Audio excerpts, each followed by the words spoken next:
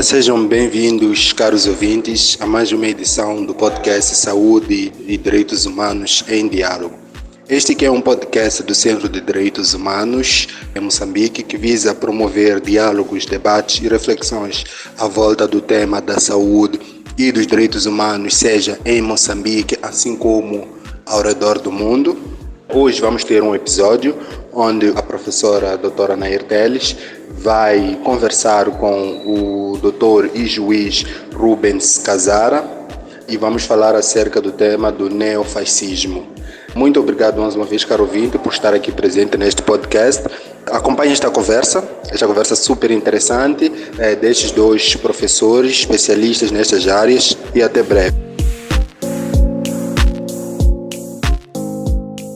Sejam bem-vindos hoje a mais um nosso podcast do Centro de Direitos Humanos e Saúde. Hoje nós temos um convidado, o nosso convidado hoje é o Rubens Casara. Rubens Casara, ele é pós-doutor pela Universidade de Paris 10, doutor em Direito e mestre em Ciências Penais, psicanalista, é juiz de Direito do Tribunal de Justiça do Rio de Janeiro. Então, hoje o nosso podcast conta com uma pessoa de fora de África, embora ele tenha bastante conhecimento sobre a realidade, sobre o que nós vivemos.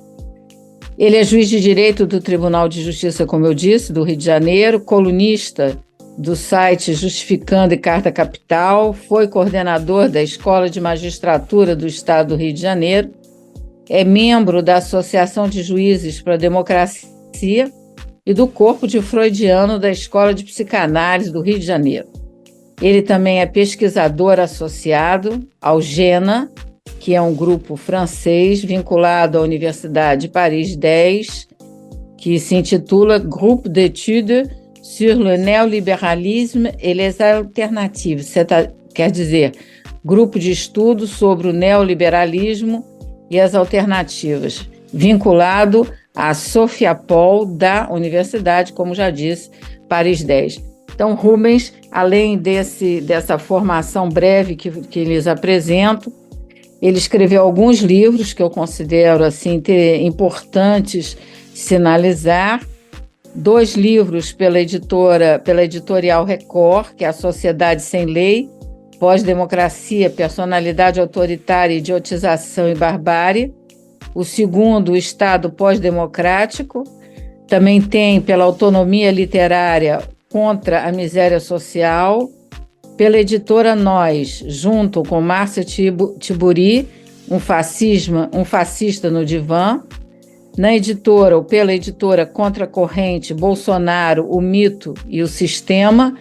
E pela editora da Fundação Oswaldo Cruz, o livro com Maria Helena Barros de Oliveira e Nair Teles, Direitos Humanos e Saúde. Pois bem, então o Rubens é um juiz de direito, está aqui conosco, mas como nosso convidado para discutirmos sobre o tema do neofascismo. Essa coisa do neofascismo, nos últimos anos, tem sido muito falado esse conceito, né? O que seria neofascismo, se um governo ou outro é fascista ou não. Então, se é fascista, nós intitulamos de neofascismo. Então, nós convidamos hoje o Rubens para estar aqui conosco para conversarmos sobre essa temática que, na verdade, ela, independentemente das causas subjacentes, o neofascismo ele é amplamente considerado uma ameaça à democracia e aos direitos humanos, né? E muitos governos e organizações internacionais estão trabalhando para combatê-lo. E o nosso centro faz parte dessas organizações que se bate pela democracia e pelos direitos humanos, pelo acesso equitável de todos. E é importante ressaltar que esse neofascismo não é a única, infelizmente, não é a única forma de extremismo político anti-governo que existe atualmente e que existem muitas outras ideologias extremistas que também apresentam riscos significativos. No entanto, é importante ressaltar, e realmente ressaltar, que a oposição ao governo não é necessariamente uma forma de extremismo político Oposição ao governo é algo saudável, salutar, bem-vinda, fundamental para as democracias. Hoje, um dos exemplos que a gente pode estar tendo é o que acontece na França com os movimentos contra a última reforma do atual governo, do atual presidente francês e o seu partido.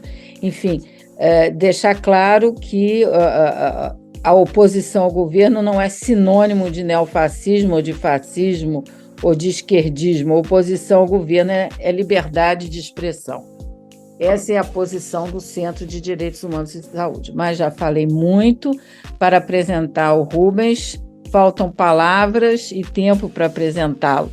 Seja bem-vindo, Rubens Casar, ao podcast do Centro de Direitos Humanos e Saúde. Bom dia para você aí no Brasil, boa tarde para nós aqui. Boa tarde, professora Nair, boa tarde, pesquisadora Agnaldo. Um prazer enorme estar com vocês para discutir esse tema, que é um tema importante.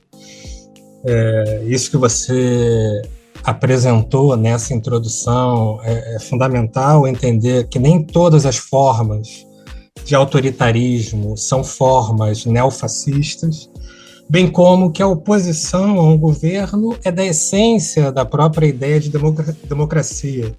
Governos que não aceitam oposição são governos que se pretendem totalitários, que não admitem diálogo com aqueles que não compactuam de todas as suas teses, premissas e não concordam com todas as suas ações. Então, a oposição ao governo é algo que fortalece a democracia, que fortalece o próprio governo na medida em que gera algum tipo de reflexão. Então, estou aqui para discutir esse tema, que é um tema que interessa a todos nós, e me coloco à disposição para esse bate-papo com vocês. Ótimo, Rubens. Então, vamos começar pelo básico, né? O que você entende por neofascismo? Bem, a expressão neofascismo surge para diferenciar novas formas de fascismo daquilo que se convencionou chamar de fascismo clássico, presente na Itália de Mussolini e também na Alemanha de Hitler. Então, novas manifestações que caminhavam ou que apresentavam características que hoje são atribuídas ao fascismo, passaram a surgir mesmo após a derrota desse projeto fascista original. Quando, do fim da Segunda Guerra Mundial, se imaginava que o risco do fascismo estava afastado, ou que, pelo menos, todos os esforços humanos seriam para que aquela tragédia fascista não se reproduzisse. O Adorno tem um texto muito legal que ele fala que toda educação deveria estar voltada para impedir um novo holocausto. Mas hoje, os últimos acontecimentos e o crescimento do pensamento autoritário, sobretudo o ressurgimento desses movimentos fascistas, parece indicar que essa preocupação do Adorno não foi levada a sério. Então, a gente poderia identificar algumas características do fascismo que se fazem presentes nisso que a gente tem chamado de neofascismo. A primeira delas é uma crença no uso da violência para resolver os mais variados problemas sociais, inclusive problemas de saúde, aí para falar um pouco do tema que é a vida da professora Nair. Problemas de saúde, às vezes, vão ser resolvidos ou vão ser apresentadas respostas violentas para problemas que deveriam ser tratados em outras esferas. A questão da droga, a questão do aborto são questões que a gente poderia pensar em soluções alternativas que não passassem pelo uso da violência. Além dessa crença na violência, nós temos o que se costuma chamar de um ódio à inteligência, né? Uma ode à ignorância. Cada vez mais se percebe nesses movimentos fascistas aquilo que muita gente chama de anti-intelectualismo. Há também uma ilimitação na ação, no lugar da reflexão, há uma supervalorização do agir, que é um agir voltado à realização de interesses de pequenos grupos, mas que são apresentados como se fossem interesses da coletividade, da totalidade do povo. Tem também eu já citei ele aqui, mas tem uma pesquisa muito interessante conduzida pelo Theodor Adorno e outros pesquisadores, uma pesquisa realizada nos Estados Unidos sobre o pensamento autoritário. Essa pesquisa está bem publicada, há inclusive traduções para o português, em que esses pesquisadores elencam uma série de características daquilo que nós poderíamos chamar de fascismo em potencial. E se nós formos analisar essas características, nós vamos perceber que esse fascismo em potencial está presente em quase todas as sociedades contemporâneas. E isso é muito preocupante. E nós temos que identificar o que é o fascismo, o que são essas novas manifestações do fascismo, para podermos reagir a elas e cada vez mais pensar em alternativas democráticas, em alternativas não fascistas, para citar o Foucault, para os dramas sociais que permitem o crescimento desse pensamento autoritário. Ô Rubens, você falou aqui sobre o Adorno, Theodor Adorno, em que você chamou a atenção, né? Em que ele chama a atenção para essa necessidade de ser discutido, ter uma forma, as pessoas, as crianças, eu acredito, né? Desde pequeno, terem uma formação humanista, vamos dizer assim, né?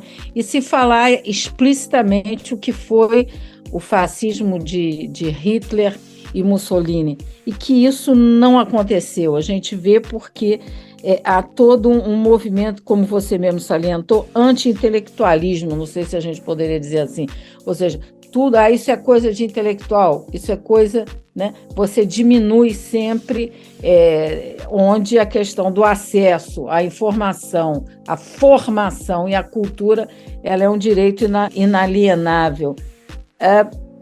O que você acha, Rubens, porque você mencionou vários aspectos importantes, e nem todo movimento, nem todo grupo de extrema-direita é fascista, né? Hoje em dia, como você mesmo falou, essa terminologia é usada para todos. Poderia aprofundar, seria possível se aprofundar um pouco isso, essa não valorização da educação, a não valorização de temas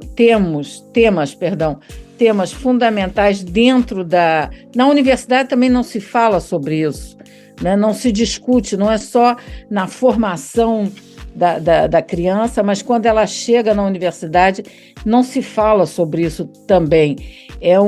Existe um termo em África, em Moçambique, que aquilo que não se fala não existe. Então, talvez seja isso. Qual a sua observação ou reflexão a respeito? O reforço da ignorância, a ausência de reflexão, visões simplificadas do mundo que dividem a sociedade entre amigos e inimigos são condições de possibilidade para o crescimento do pensamento autoritário e, em particular, para o crescimento do risco do fascismo ou da fascistização das sociedades. Ao contrário, a educação crítica, aquela que se mostra capaz de traçar um diagnóstico preciso da sociedade e, além disso, apontar para direções emancipatórias, essa educação crítica pode ser indicada como principal inimigo do fascismo. Não por acaso, governos de orientação fascista atacam a educação crítica, demonizam o pensamento. No Brasil, nós temos a demonização de uma figura como Paulo Freire, alguém que escreveu que se a educação não for libertadora, o sonho do oprimido é se tornar um novo opressor. Então, há uma ligação muito nítida com esse processo de demonização da educação crítica com o crescimento do pensamento autoritário, com as novas formas de fascismo que a gente tem identificado. E essa visão muito simplificada da sociedade, que é uma visão que tende ao fascismo, permite explicar vários fenômenos. Vou dar um exemplo, a questão da religião. A religião, que é o religare, né?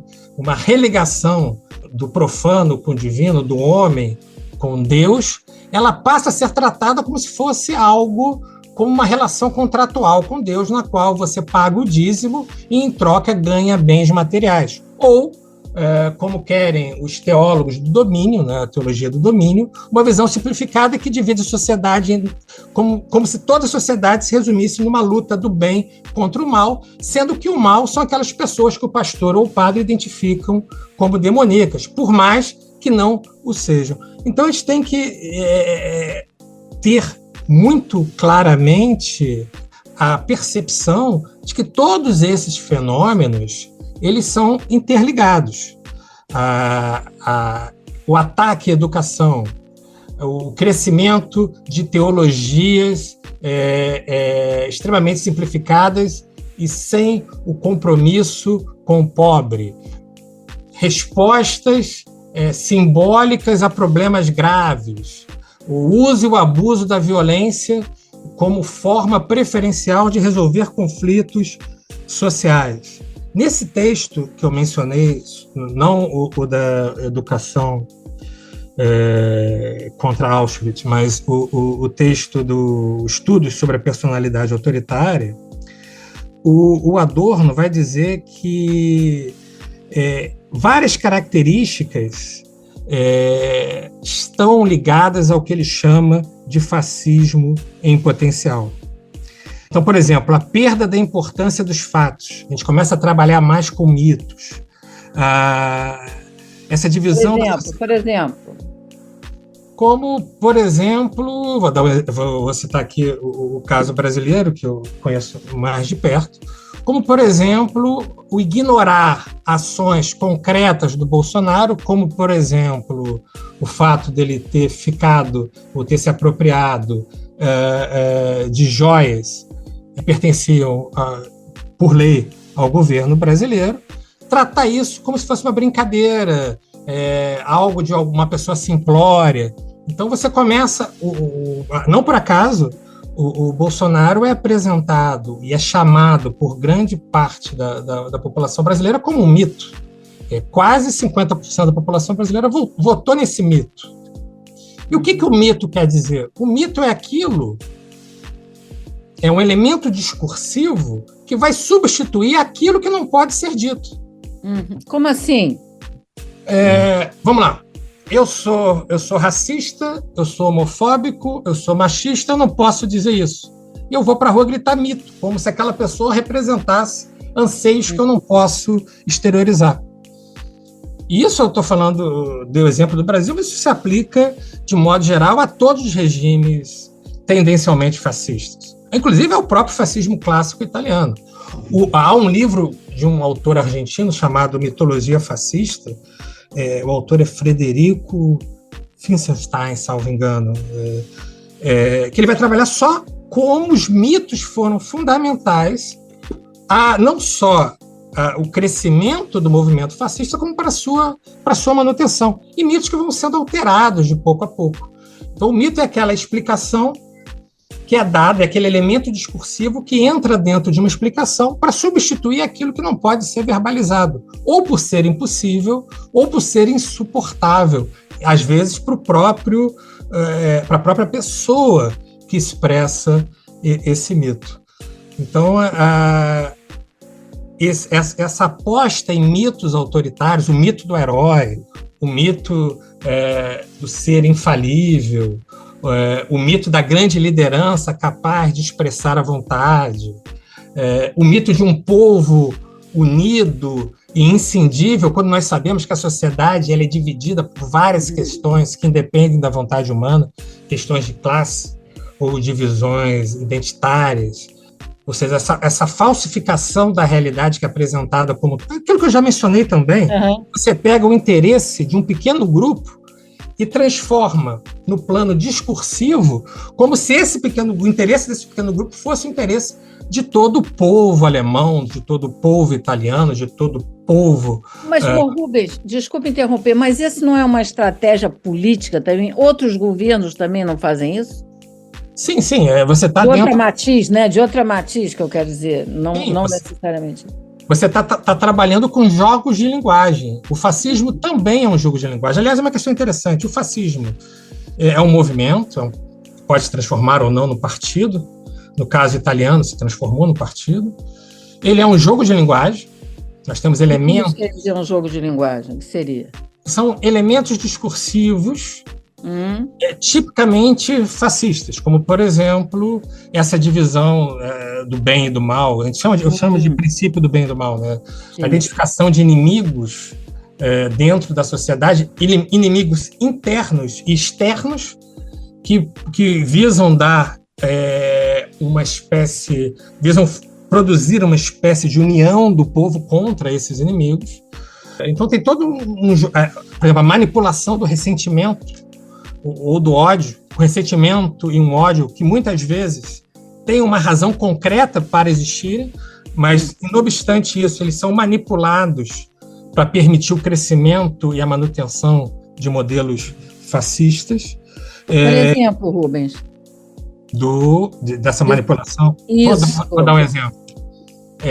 Nós temos só uma característica também do neofascismo hoje. Uma das principais características do fascismo hoje encontrado nas várias sociedades, isso na América, na Europa, na África, é uma ligação funcional com o neoliberalismo. Então, toda essa principiologia, toda essa mitologia, todas essas práticas fascistas, elas vão, em última análise, atender a interesses neoliberais. Quando eu falo atender a interesses neoliberais, eu estou falando, na realidade, em atender a interesses dos detentores do poder econômico, daquele 1% ou 3% da população mundial que detém os meios de produção, e não só de produção material, como também os meios de produção do imaginário. E mais do que isso, muitas vezes, esses detentores do poder econômico estão inseridos, aliás, no mais das vezes, quer dizer, frequentemente, estão inseridos naquilo que se chama economia não produtiva, que é uma economia que não gera, valor, que não gera riqueza, mas busca gerar capital a partir do próprio capital. Eu estou falando aqui do rentismo, do capital rentista, evidentemente. Então, Nair, eu acabei esquecendo qual foi a pergunta que você me fez inicialmente. Não, está ótimo, está ótimo. Eu estou até avisando também aos ouvintes que às vezes, eu lhe interrompo exatamente para clarificar algumas terminologias que a gente está usando, porque um dos objetivos do podcast é que a gente atinja o maior número de pessoas. Então, também eu cortei muito o seu raciocínio. Eu só não me lembro qual era a pergunta inicial. Sim, eu estou só clarificando aí para o ouvinte dizer, ela toda hora interrompe o Rubens, não deixa o Rubens falar. Mas, enfim, o que a gente está falando é exatamente isso, dessa relação entre o que a gente chama hoje de neofascismo com os grupos de extrema-direita. Né? Se isso pode ser, vamos dizer assim, na verdade, um sinônimo, neofascismo igual grupo de extrema-direita. Você agora mencionou, por exemplo, que esses grupos estariam muito relacionados ao neoliberalismo. Mas tem muito neoliberal que vai ouvir você e vai dizer, não, eu não sou fascista, eu não sou neofascismo. Quer dizer, o que a gente percebe hoje, posso estar equivocada, que é uma espécie de vulgarização dessa terminologia. Eu não gosto da fulana ou do fulano fascista. Se eu critico determinados aspectos que eu não gosto ou que eu acho que não é correto, não, você é fascista. Quer dizer, a gente hoje se relaciona muito mais através de terminologia, através da terminologia ou pela terminologia, do que propriamente entre indivíduos, né? Vamos dizer assim. Então, a nossa discussão estava exatamente em torno disso. Tá bom. O que é esse negócio de neofascismo, sinônimo de extrema-direita, você abordou a questão do mito, o que é mito, quer dizer, até agora nós estamos exatamente nessa discussão, tendo em vista essa vulgarização, se eu posso dizer, da terminologia. Eu costumo dizer, Nair, que o fascismo se tornou um conceito guarda-chuva, né? Você começa a querer colocar todos os fenômenos sociais embaixo desse guarda-chuva. Alguns falam de fascismo de direita, fascismo de esquerda. Eu costumo trabalhar com a ideia de que o fascismo só foi possível diante daquilo que, às vezes, uma pessoa não necessariamente fascista tinha medo, que era a ameaça vermelha, a ameaça comunista. Não por acaso, movimentos neofascistas ficam levantando esse medo do comunismo.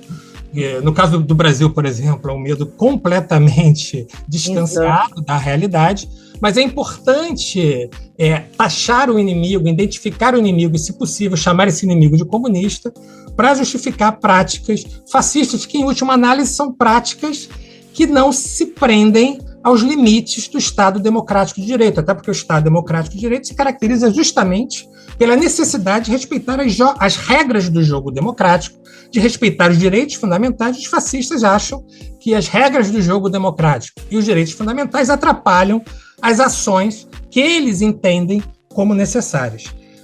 Eu falei recentemente, há pouco, né, que uma característica do neofascismo é estar a serviço do neoliberalismo. Evidentemente, nem todo neoliberal é fascista. Nós temos, por exemplo, neoliberais progressistas e nós temos neoliberais autoritários. Quando eu digo que o neofascismo está a serviço do neoliberalismo, é porque a perspectiva neofascista ela tem necessidade de um Estado forte. Só que esse Estado forte vai estar a serviço não da maioria da população, mas vai estar a serviço do detentor do poder econômico. Ou, se a gente quiser usar uma palavra substitutiva, vai estar a serviço do mercado. Por isso é importante... Rubens, desculpa mais uma vez te interromper, e esse é um defeito que eu tenho, mas você não acha que todo governo está representando um grupo economicamente forte? Todo governo não representa um grupo econômico? Sem dúvida. Sem dúvida, mas é por isso que você vai notar claramente uma tentativa de substituição de modelos neofascistas, que são modelos neoliberais autoritários, por modelos não fascistas, mas igualmente neoliberais. Pegue o exemplo dos Estados Unidos. Você substitui um neoliberalismo ultra-autoritário do Trump, com notas graves no sentido da fascistização da sociedade. Então, é um governo que a gente poderia etiquetar de neofascista, e ele vai ser substituído pelo quê? Por um governo que não é fascista, mas que continua sendo neoliberal. Uhum. De maneira muito resumida, Nair, o que nós temos? Nós temos que problemas gerados pelo neoliberalismo vão encontrar, abre aspas, respostas fascistas, e depois os problemas gerados por esse neofascismo vão encontrar respostas que nós poderíamos etiquetar de neoliberais progressistas, como atualmente se verifica nos Estados Unidos. Então, o germe, a origem do problema continua presente nesses dois modelos, tanto no neoliberalismo progressista quanto no neoliberalismo ultra-autoritário. Agora, eu estava falando, por que às vezes o neoliberalismo necessita de práticas fascistas? Por exemplo, para controlar os indesejáveis. Quem são os indesejáveis? Aqueles que não interessam aos detentores do poder econômico. Primeiro, os pobres. Historicamente, os pobres, que vão receber ações repressivas, muitas vezes contrárias à própria legalidade liberal, contrárias à legalidade democrática. Grupos de extermínio, prisões ilegais, abordagens ilegais, violência policial, tudo isso são práticas tipicamente fascistas, mas que agora estariam a serviço do neoliberalismo. Então, um Estado forte, um Estado fascista, a serviço do neoliberalismo. O neoliberalismo entendido como esse modo de ver e atuar no mundo que trata tudo e todos como objetos negociáveis ou descartáveis a partir de cálculos de interesse que visam o lucro ou obtenção de vantagens pessoais para aqueles super ricos, aqueles que Chomsky chama de super ricos, o 1%, 3% da população mundial.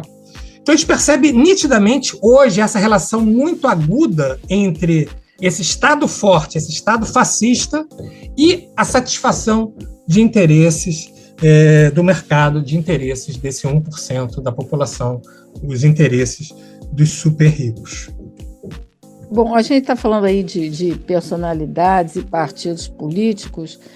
Nosso tempo está, infelizmente, acabando aqui. Recebi uma mensagem. Eu queria só levantar dois aspectos, né? Hoje a gente tem alguns exemplos de personalidades e partidos políticos associados à ideologia de direita ou neofascismo, como você mencionou, Trump, Bolsonaro também.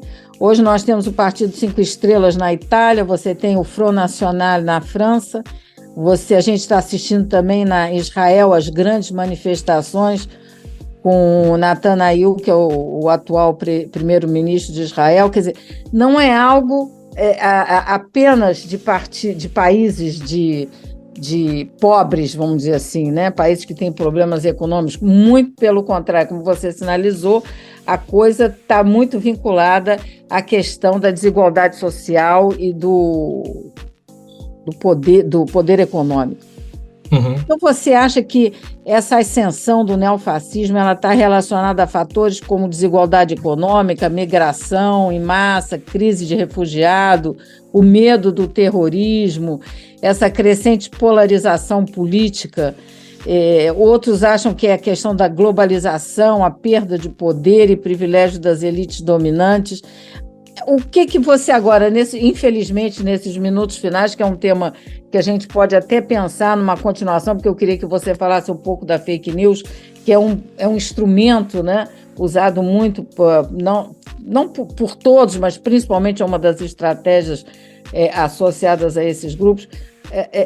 Você acha que a sua análise, tudo que você já escreveu sobre isso, essa ascensão desse pensamento se deve a quê? A uma questão mesmo de desigualdade econômica, a globalização, enfim. Nos minutos finais, Rubens, o que você gostaria de deixar assinalado para nós hoje aqui? Nair, quem estuda o fascismo costuma dizer que algumas pré-condições são necessárias. A gente não vai ter tempo aqui de desenvolver que pré-condições são essas, mas nós podemos dizer claramente que para o fascismo crescer é necessário um quadro de crise. Seja essa crise consequência necessária e natural do capitalismo, sejam crises produzidas por grupos econômicos que têm interesse em explorar essas crises. E isso permite que o fascismo se instale. Mas, além dessas pré-condições, tem um outro elemento importantíssimo, que é o elemento da vontade humana de aderir a um projeto fascista. Uhum. E é sobre esse elemento que entra em ação a educação. Então, eu acredito que a educação é um elemento que pode servir de óbice ao crescimento da personalidade autoritária, essa dimensão subjetiva do fascismo, e pode também servir de óbice a essa tentação de recorrer à violência, de demonizar o próprio conhecimento, o saber, que são típicas do fascismo. Uma pessoa bem instruída não olha para o outro, que é uma pessoa, que é um ser como ele, que é um igual em potencial, que é um companheiro em potencial, que é um aliado em potencial, e não etiqueta aquela pessoa pelos mais variados motivos como inimigo. Então, acho que a educação é a chave para impedir o crescimento ou, pelo menos, o fortalecimento desses movimentos fascistas. Eu acho que essa é uma boa palavra para a gente terminar esse nosso bate-papo. Fechando, então, hoje o nosso encontro. Infelizmente, o tempo, só temos uns 3 minutinhos para terminar. Rubens, antes de terminar, me deu agora. E o fake news, como é que funciona? Uma característica tipicamente do pensamento autoritário é o empobrecimento da linguagem. Esse empobrecimento da linguagem passa também pela perda do poder semântico das palavras. E uma característica muito presente hoje em dia é essa relativização do valor verdade. A fake news nada mais é do que um discurso que produz efeitos de verdade sem ser verdade. E muitas vezes as fake news ganham dimensão e são percebidas como verdade porque elas vão reproduzir preconceitos sociais, racismo, machismo, homofobia, etc. E preconcepções autoritárias da sociedade. Então, se a fake news ela confirma o que a pessoa ignorante já tem como verdade, aquele discurso, por mais mentiroso que seja, ele passa a produzir efeitos de verdade. Essa manipulação da verdade, essa relativização de tudo e de todos, inclusive do valor verdade, é uma característica também muito presente e necessária para o crescimento do pensamento autoritário. Então, se a gente quer afastar o pensamento autoritário, a gente tem que repactuar o que é verdade, nós temos que repactuar o que é liberdade, nós temos que resgatar e ressimbolizar essas palavras que também funcionam como limite ao arbítrio e à opressão. Bom, hoje tivemos no nosso encontro, que infelizmente nós vamos ter que interromper, mas o objetivo do podcast do Centro de Direitos Humanos e Saúde é exatamente esse: trazer à discussão temas contemporâneos, bem atuais, e que nos faz refletir como foi esse encontro com o Rubens Casara, nosso caro e querido colega, e que hoje nós tivemos uma aula, e agradeço muito, Rubens, pela sua disponibilidade de tempo e gentileza de estar aqui conosco. Nós temos ainda um minutinho, se você quer dizer algumas palavras. Eu te agradeço em nome de toda a equipe do Centro de Direitos Humanos e do nosso podcast pela sua presença e pela sua participação magnífica hoje aqui conosco. Muito obrigada, Rubens. Nos últimos minutinhos. Obrigado a vocês, Aguinaldo, Nair, pelo convite. É um prazer estar aqui com vocês. Sempre que convidado, voltarei. E eu acho que é isso, é investir num pensamento crítico, num pensamento voltado numa direção emancipatória e capaz de tentar entender, na medida do possível, o que nós estamos vivendo. E um programa como esse de vocês permite esse momento de reflexão, um momento que está cada vez mais raro nas sociedades contemporâneas. Obrigada a todos, obrigada, Rubens, obrigado, ouvintes. Até a próxima.